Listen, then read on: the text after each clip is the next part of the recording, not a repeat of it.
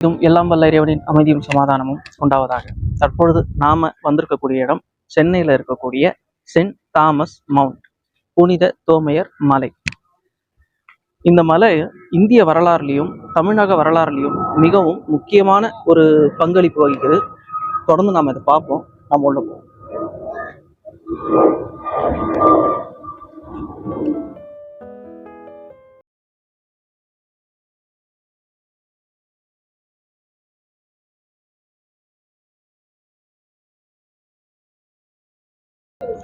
இந்த மலையை பத்தி சொல்லணும் அப்படின்னா கிட்டத்தட்ட 2000 வருடங்கள் பழமையான ஒரு நினைவு சின்னத்தை தாங்கி நிற்குது அப்படின்னு தான் சொல்லணும். கிறிஸ்தவர்களுடைய மிக மிக முக்கியமான ஒரு புனித மலையாக இந்த மலை பார்க்கப்படுகிறது. கிறிஸ்தவர்களின் கடவுளாக கருதப்படக்கூடிய ஜீசஸ் அவர்களுடைய சீடர்கள்ல ஒருவரான தாமஸ், அவர் அதாவது பொதுவாகவே இயேசுடைய சீடர்கள் அவருடைய மறைவுக்கு பிறகு பல இடங்கள்ல அவர்களுடைய செய்தியை தாங்கி போனதாக சொல்லப்படுகிறது. அதுல ஒருவர் தாமஸ் அவர்கள். அவங்க இந்தியாவுக்கு கேரளா வழியாக வந்து அங்க பிரச்சாரத்துல ஈடுபட்டிருக்காங்க. அங்க ஒரு பெரிய அளவுல எதிர்ப்பு வந்திருக்கு. அதற்கு பிறகு தமிழகம் பக்கம் வந்திருக்காங்க.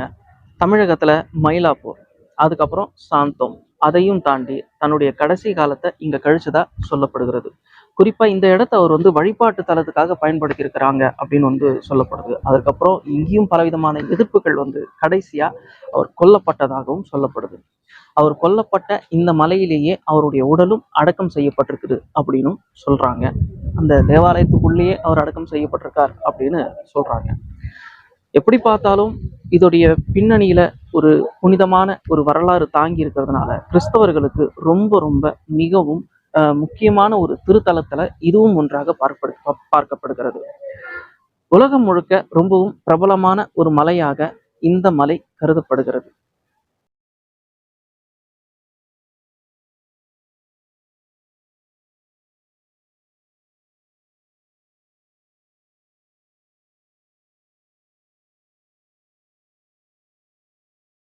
கர்னல் வில்லியம் லாம்ப்டன், இவர் யார் தெரியுமா?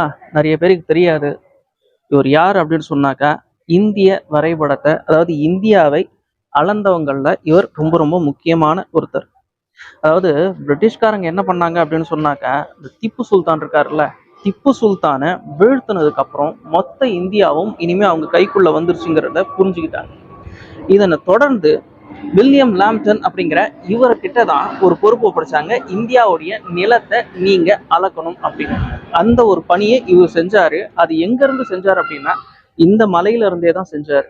சென்ட் தாமஸ் மவுண்ட்ங்கிற இந்த மலையில இருந்து தான் மொத்த இந்தியாவும் அளக்கப்பட்டது அப்படிங்கிறதான் வரலாறு. அப்ப இந்த மலை எந்த அளவுக்கு வரலாறுல முக்கியமான ஒரு இடத்துல இருக்கு அப்படிங்கிறத பாருங்க.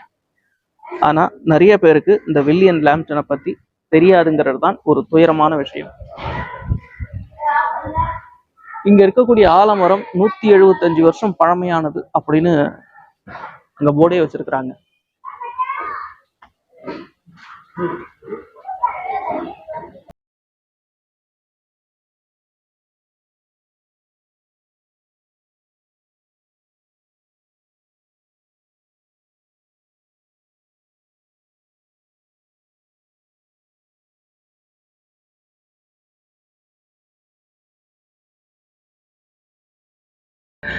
இந்த சென்ட் தாமஸ் மவுண்டுடைய இன்னொரு சிறப்பு என்னன்னா, இப்ப நம்ம மேலே ஏறி நிக்கிறோம், நமக்கு பின்னாடி அந்த கடற்கரையே தெரியுது.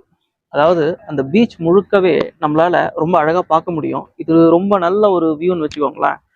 இதனாலேயே அந்த காலகட்டத்துல ஆர்மீனியாவை சேர்ந்த போர்ச்சுகீஸை சேர்ந்தவர்கள் இங்க வருவாங்க கப்பல் வழியா. அவங்களுக்கு இந்த சென்ட் தாமஸ் மவுண்ட் ஒரு கலங்கரை விளக்கமாக இருந்ததா வரலாற்று குறிப்புகள் தெரிவிக்குது. அதுவும் மகிழ்ச்சியோட இங்க வர்ற அந்த பயணிகள் ஓய்வெடுக்க போவாங்க அப்படின்னும் அந்த வரலாற்று குறிப்புகள் சொல்லுது. அந்த அளவுக்கு இந்த சென்ட் தாமஸ் மவுண்ட் அப்படிங்கிறது உலகத்துல இருக்கிற எல்லா மக்களையும் அன்னைக்கே ஈர்த்திருக்கு அப்படின்னு தான் சொல்லணும்.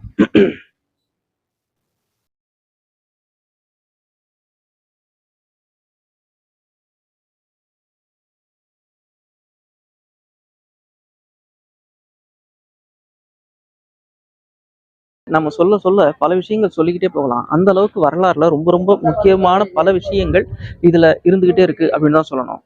வெள்ளையர்களுடைய ஆட்சி காலகட்டத்துல இந்த மொத்த தமிழ்நாடும் அவர்களுடைய கட்டுப்பாட்டுக்குள்ள வருது. அதே மாதிரி இந்தியாவும் அவங்களுடைய கட்டுப்பாட்டுக்குள்ள வருது. அந்த நேரத்துல இந்தியா முழுக்க பல இடங்கள்ல சாலை வசதிகள் கிடையாது. இன்னும் சொல்ல போனா தார் ரோடு கிடையாது. அந்த நேரத்துல தமிழ்நாட்டுடைய நிலைமையும் அப்படிதான், சென்னையுடைய நிலைமையும் அப்படிதான். எல்லாமே சிதறி போன சின்ன சின்ன கிராமங்களா தான் அந்த காலகட்டத்துல இருந்தது. அப்படிப்பட்ட காலகட்டத்துல இந்த புனிதமான இந்த இடத்துக்கு வந்துட்டு போகணும் அப்படின்னு பிரிட்டிஷ்காரங்க நினைக்கும் போது அவங்க என்ன பண்ணாங்கன்னா, அந்த செயின்ட் ஜார்ஜ் ஃபோர்ட் இருக்கு பாருங்க, இன்னைக்கு இருக்கிற தமிழ்நாடு தலைமைச் செயலகம், அங்கதான் அவங்களும் ஹெட் ஆஃபீஸை வச்சுக்கிட்டு இருந்தாங்க. அங்க இருந்து இங்க வர்றதுக்கு முதல் முறையா என்ன பண்ணாங்க அப்படின்னா தார் ரோடு போடுறாங்க. அந்த தார் ரோடு அங்கிருந்து ஆரம்பிச்சு இந்த மலை வரைக்கும் வருது. அதுதான் வரலாற்றுல மவுண்ட் ரோடு அப்படின்னு சொல்லப்படுது. இன்னைக்கும் அந்த மவுண்ட் ரோடு அப்படின்னு சொன்னா எல்லாருக்கும் தெரியும். இன்னைக்கு அது அண்ணா சாலைன்னு பேர் மாற்றம் அடைஞ்சாலும் கூட மவுண்ட் ரோடு அப்படின்னு சொல்றவங்களுடைய எண்ணிக்கை தான் அதிகமா இருக்கு. அப்ப சென்ட் தாமஸ் மவுண்ட்டை சுத்தி எவ்வளவு வரலாறு பின்னி பிணைஞ்சிருக்குன்னு பாருங்க.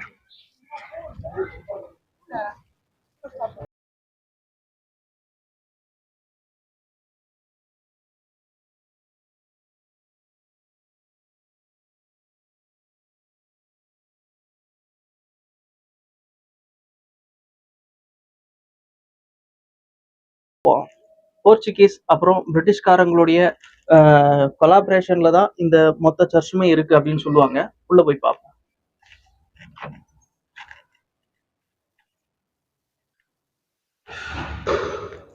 செட்டப் எப்படி இருக்குமோ அப்படி ரொம்ப அழகா இருக்கு, ரொம்ப அமைதியா இருக்கு.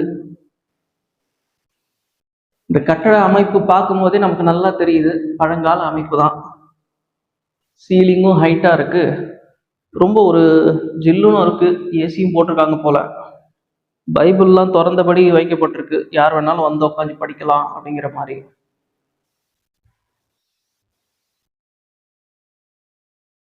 நல்லா இருக்கு.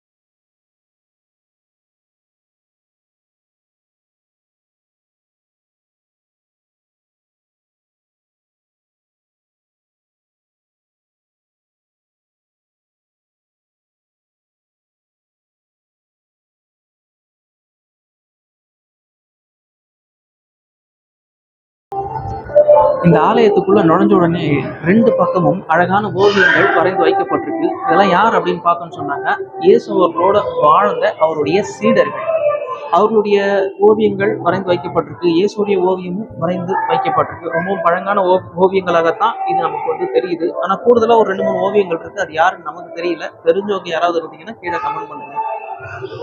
இன்னொரு முக்கியமான ஒரு விஷயம் என்ன அப்படின்னா, கொஞ்ச நேரத்துக்கு முன்னாடி நான் சொல்லியிருந்த ஒரு விஷயம் வந்து கொஞ்சம் தவறா இருக்கு. அது என்ன அப்படின்னு சொன்னாக்கா, சென்ட் தாமஸ் அவர்கள் இந்த மலையிலேயே கொல்லப்பட்டு அடக்கம் செய்யப்பட்டார் அப்படின்னு நாம சொல்லியிருந்தோம். அது வந்து ஒரு தவறான தகவல். அவர் கொலை செய்யப்பட்ட இடம் தான் இந்த சென்ட் தாமஸ் மவுண்ட்.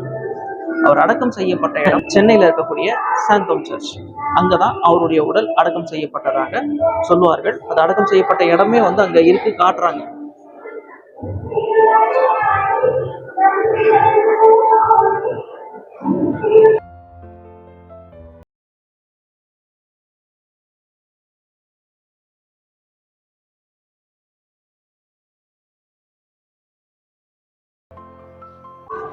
இப்போ சமீபத்தில் தான் இந்த புது கட்டடம் கட்டியிருக்காங்க.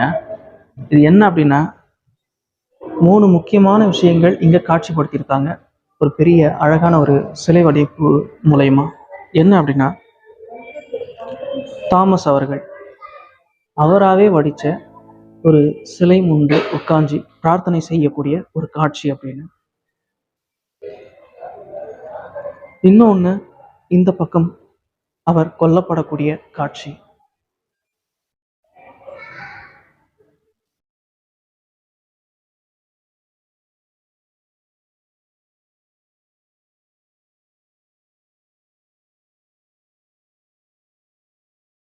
இது முக்கியமான ஒரு காட்சி. அவருடைய சீடர்கள் அவரை அடக்கம் செய்யக்கூடிய காட்சி.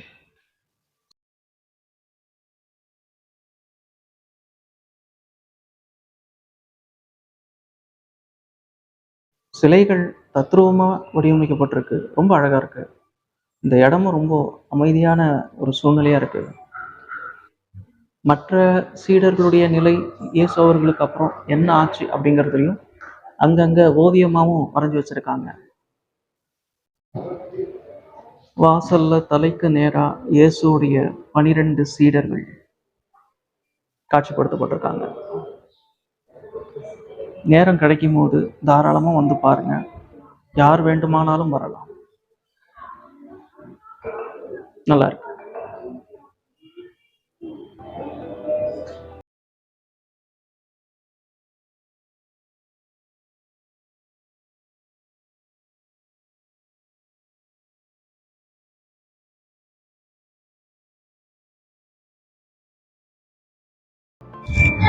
ஒரு இடத்துல சொல்லக்கூடிய வரலாறு, நம்பிக்கை, அதன் அடிப்படையில் இருக்கக்கூடிய சமூக கட்டமைப்பு, இதெல்லாம் சேர்ந்த பதிவு தான் இது. ஆனா ஒரு விஷயம் மட்டும் நம்ம மறுக்க முடியாது. இந்த சென்ட் தாமஸ் மவுண்ட் அப்படிங்கிற இந்த ஒரு மலை இந்திய வரலாற்றில், தமிழக வரலாற்றில் அசைக்க முடியாத ஒரு இடத்துல அது இருந்துகிட்டு தான் இருக்கு. அது இந்தியாவை அளவிடக்கூடிய பணியா இருக்கட்டும், அல்லது போர்ச்சுகீசியர்களும் ஆர்மீனியர்களும் இங்க சென்னைக்கு வரும்பொழுது இந்த மலையே அவங்களுக்கு கலங்கரை விளக்கமா இருந்ததா இருக்கட்டும், இது எல்லாமே இந்த மலையை ஒரு வரலாறுல ஒரு முக்கியமான பங்களிப்பு கொடுக்க வைக்குது. இது போக இந்த மலைகளை சுத்தி இருக்கக்கூடிய அது மிலிட்ரி பேஸா இருந்தாலும் சரி, அதே மாதிரி அந்த விமான நிலையமா இருந்தாலும் சரி, இந்த மலையுடைய முக்கியத்துவத்தை நமக்கு காட்டுறாங்க. இந்த பதிவு உங்களுக்கு பிடிச்சிருக்கும் அப்படின்னு நான் நம்புறேன். பிடிச்சிருந்தது அப்படின்னா உங்களுடைய நண்பர்களுக்கும் இதை பகிர்ந்து விடுங்க. அடுத்த பதிவில் சந்திப்போம். நன்றி.